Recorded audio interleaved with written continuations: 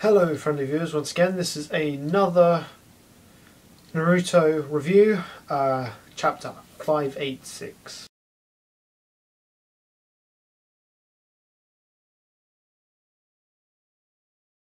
Okay, so half of it, the first half was just incredible, like it was all out fighting, and I was really hoping for this because this is what the animators are going to play with in the fight. It was like loads of swords going on. There was some jutsu fighting going on, ninjutsu with Sasuke doing his fireball thing that got drowned out. So once again, Sasuke's been pretty useless this arc. Itachi sort of like, obviously he didn't like die, as you know. I mean, were we really worried? Like, no. We really weren't. So he then appears in front of Kabuto and he gets stabbed again. And then, I don't know, it hits like page 10 or something, or maybe even before that. And it was like, they talked something that like, Kabuto was like, oh, this feels like deja vu. And I was like, really?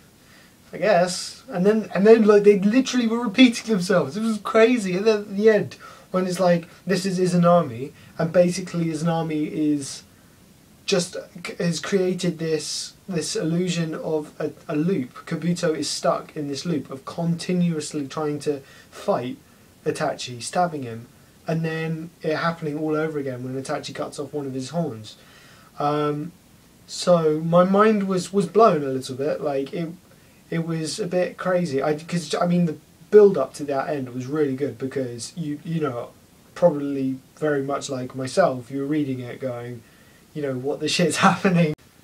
So yeah, in general this was like a pretty damn good chapter. I mean, it wasn't like your average chapter. I was worried. I'd seen a spoiler picture, the last page. It was in Japanese, so I didn't know what it said, but it just looked like that Kabuto had been defeated. Just quickly, I reread the chapter just because I usually read Naruto a couple of times.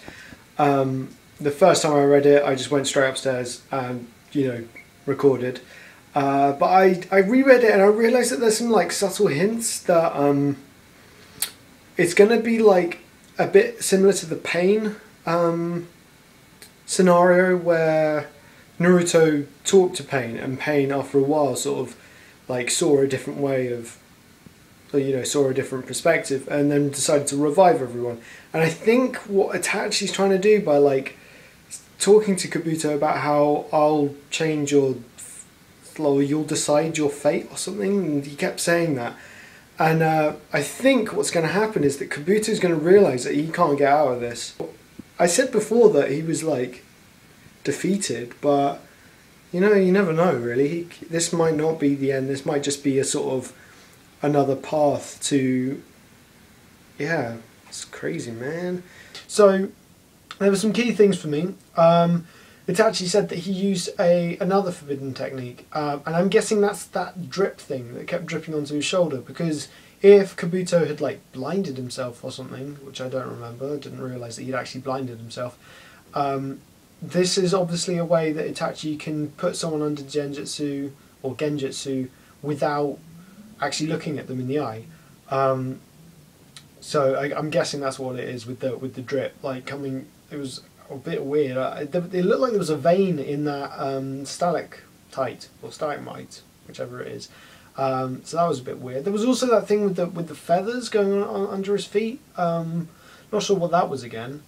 But this is like, it's just like Izanagi, but like the other way around, where it's I'm actually quite pleased with my prediction. I made a prediction on when Izanami was first revealed.